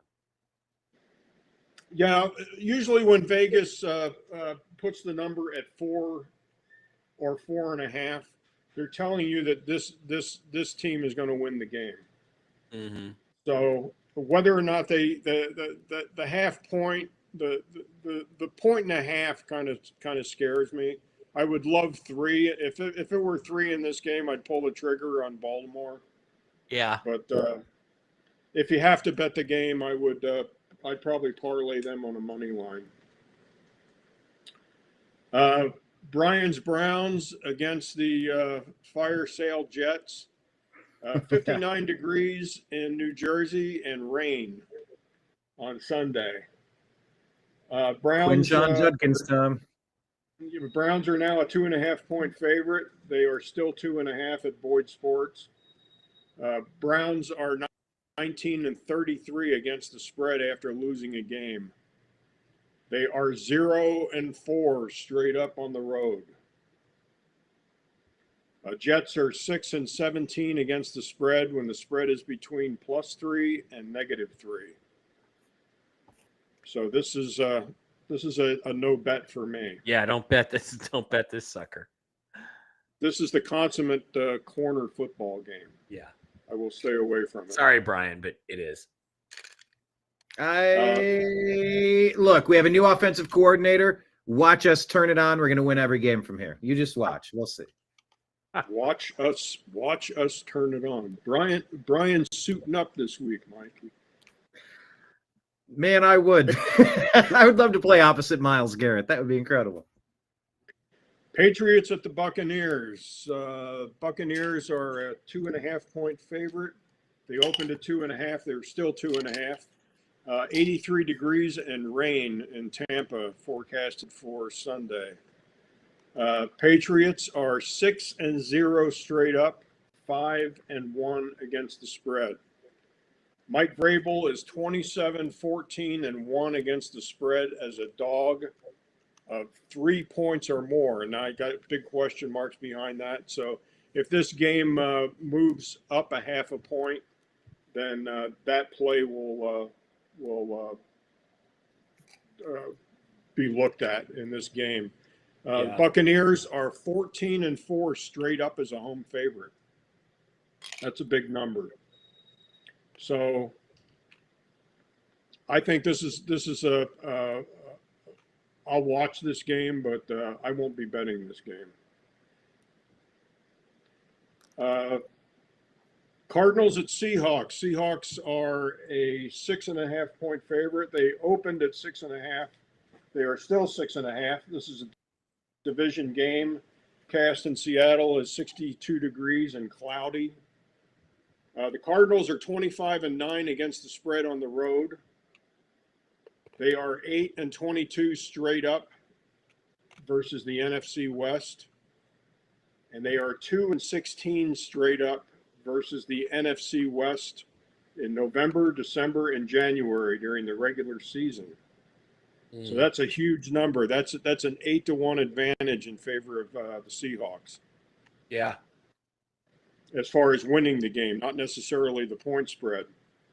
And these last two Cardinal statistics, just to let you know, these games more applied to Kyler Murray starting the game, but still it was the Cardinals. Yeah. And we got Jacoby Brisket. He'll be at the barbecue in the parking lot next to the Seahawks stadium. Then brisket sounds good any time of day. Yeah. Seahawks are 4-9 against the spread at home, but Not good. Not good, but they are 8-0 straight up versus the Cardinals. And they are 3-0 straight up at home versus the Cardinals. Favorites of 4 points or more are 46-17-1 straight up. I like this game. I'm not crazy about the 6.5, but I think the Seahawks win and cover in this game. Well, Mike, what do you think? Well, if I lose tonight, I'm taking the Seahawks on the money line as part of maybe a 3-team parlay because I do think they're going to win the game, but I don't like 6.5. I don't like 6.5. So no, it's a big division number, but I think they've pretty much packed it in for Kyler this year. I said at the beginning of the season, Kyler Murray's not going to be with the Cardinals next year. Yeah. Next game, Rams, another division game, NFC West. Rams are a 4.5-point favorite. This game opened at 3.5. It was bet up to 4.5. So there is Los Angeles money coming in on this game. 78 degrees and partly cloudy, 52 miles south of San Francisco, where the game will be played. Rams are 14-5 against the spread. They are 4-10 straight up versus the 49ers. The Rams are only 2-2 straight up versus the 49ers in Santa Clara. If I were to bet this game, I would go ahead and take the 49ers, and I would take the 4.5 points. Even though the Rams are a really good football team, but it's a division game, and the Shanahans know how to play Los Angeles. Yeah, I really think, the Rams, but you just can't go against that Shanahan-McVay thing, That's a fact. I agree with that. Lions, this is the late Sunday afternoon game.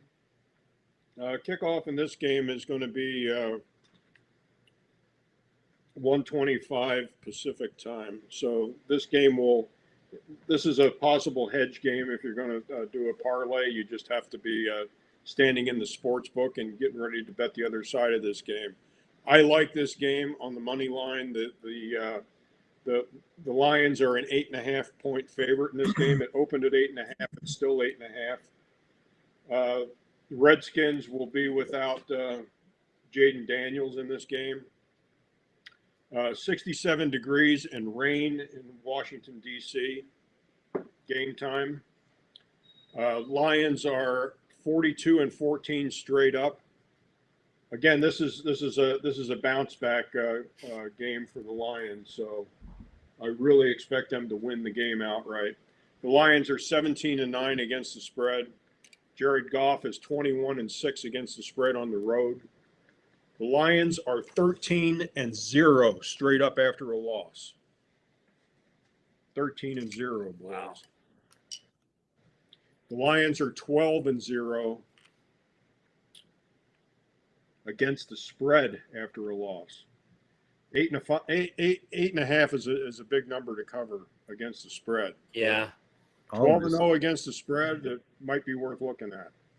But who are the Redskins without Daniels, though? I don't know. And the other thing too is, you know, the Lions offense is, I got to say, is better than the Seahawks offense. So look what the Seahawks did to them. But does that mean the Redskins get a, you know, play to their pride this week and really improve? I just don't know. But 8.5, man, that's a lot. Who's their backup, Brian? Do we know? Mariota? Marcus Mariota. Mariota, you're correct. Favorites of 4 or more points are 46-17-1 straight up, and the Redskins are 16-13 against the spread. Kind of 50-50. Yeah.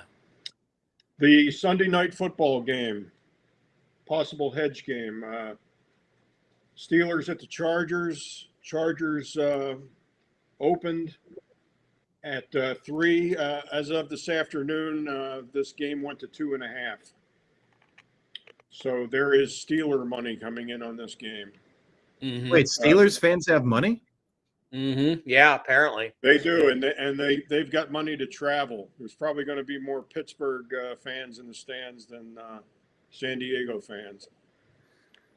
Steelers are 17-9 straight up on Sunday night football. Chargers are 13-5 against the spread versus the AFC conference, but they are 4-8 straight up versus teams with winning records. And the last I checked, the Steelers still have a winning record. The last game, the Monday Night Football game, I don't have a lot of information on. I know that the Eagles and the Packers the last couple of years have been playing, even though they're not in the same division. They've been scheduled together pretty much the past 3 years. The Eagles hold a 2-1 favorite over the Packers as far as winning the games.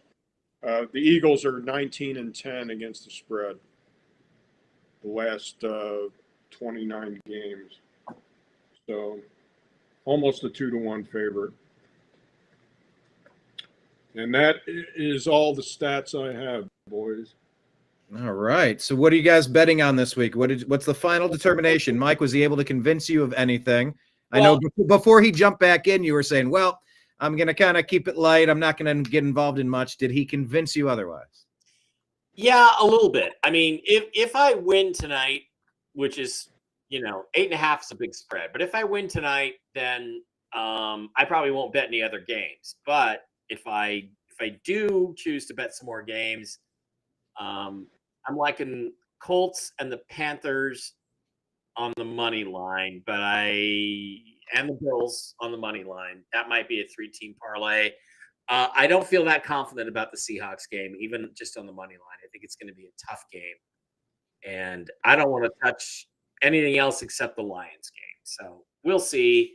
Here's the thing: I'd like to bet the Panthers because I think they're going to win, but it's the Panthers.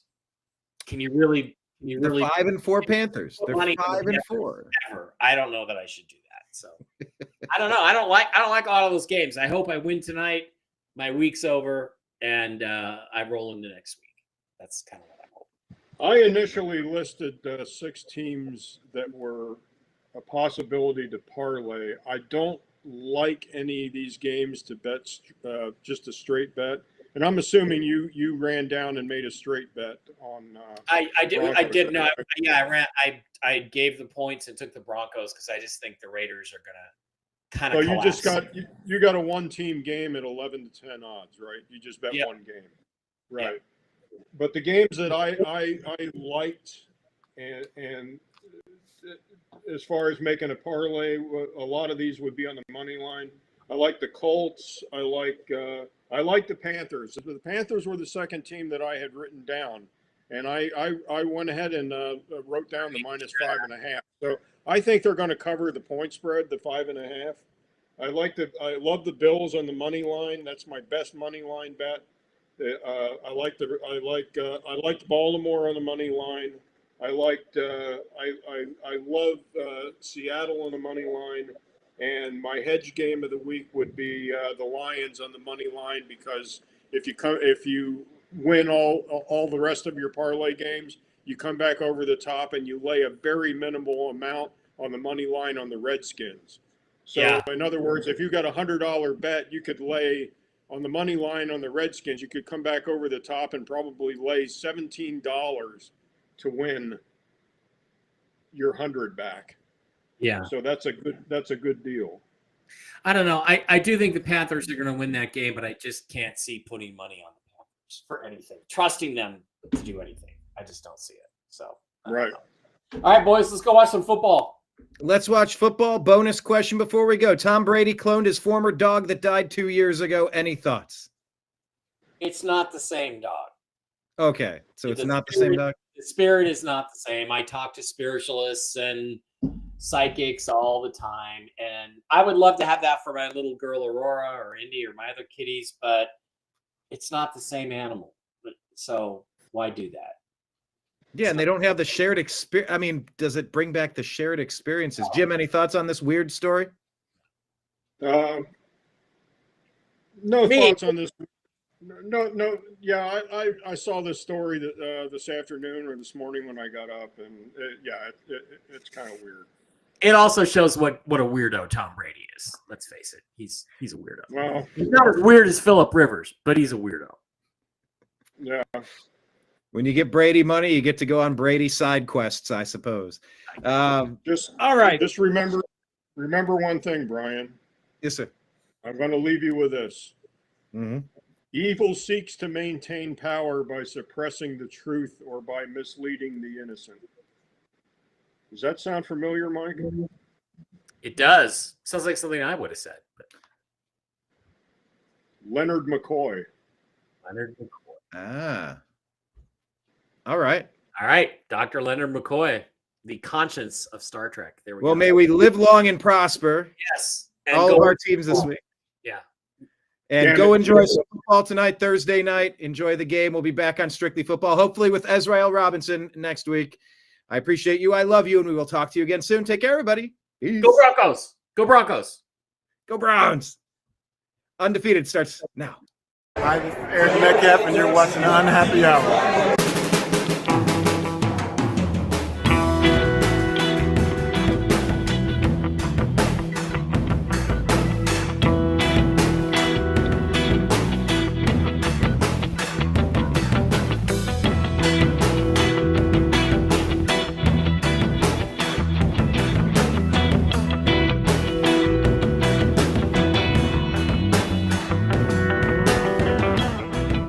New American Media is proud to present a division of the Unhappy Hour sports show, Strictly Football.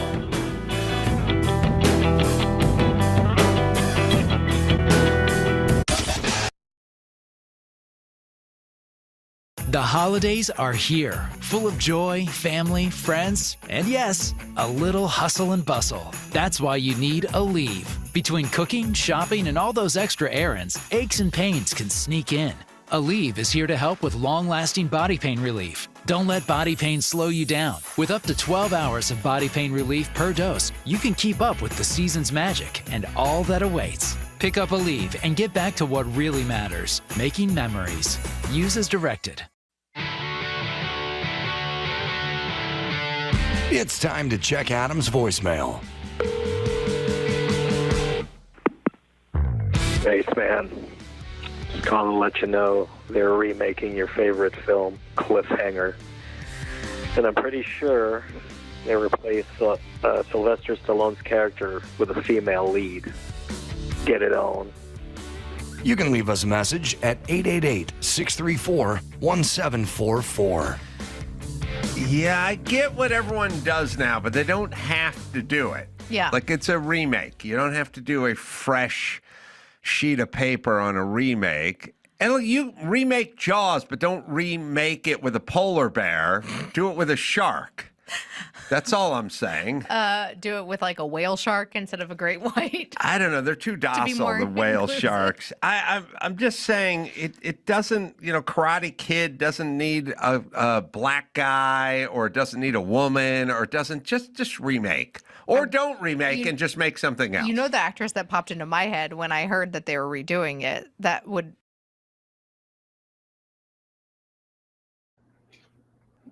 Well, that last part was accidental, but I do enjoy that show. There was an alarm set for 10 minutes before that was supposed to happen. I'm new at this replay thing. So let me close this down. We'll plan on being here at noon to give you the TNAM Daily Show here on the New American Media. Thank you very much. Huh. Why did that happen?